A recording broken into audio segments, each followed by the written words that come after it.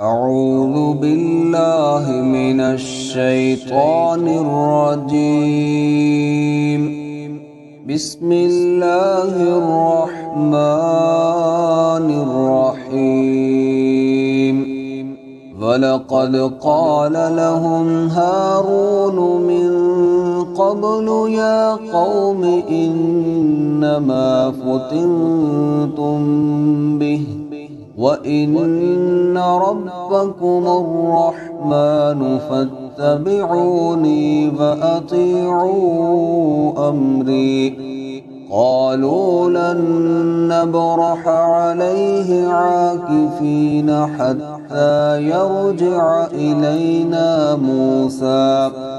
قال يا هارون ما منعك إذ رأيتهم ضلوا ألا تتبعني أفعصيت أمري.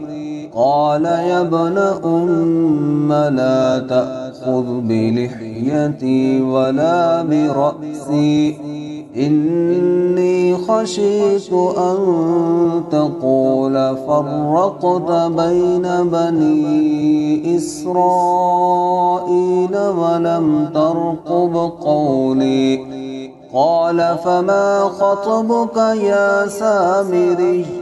قال بصرت بما لم يبصروا به فقبضت قبضة من أثر الرسول فنبذتها وكذلك سولت لي نفسي.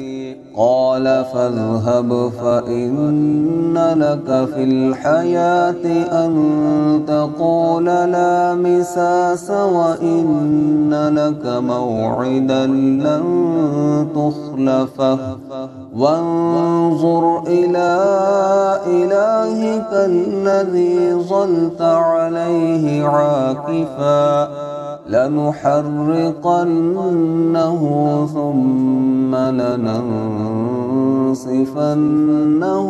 في اليم نسفا.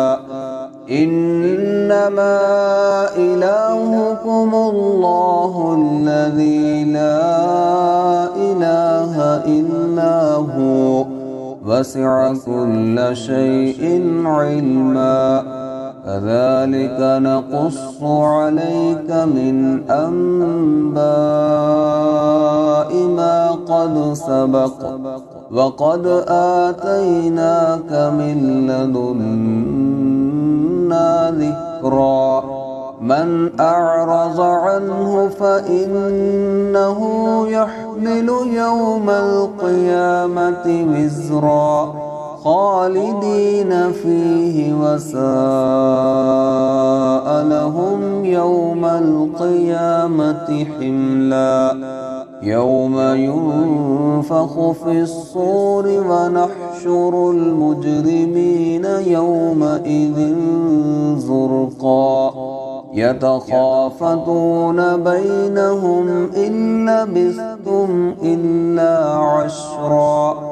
نحن أعلم بما يقولون إذ يقول أمثلهم طريقة إن لبثتم إلا يوما.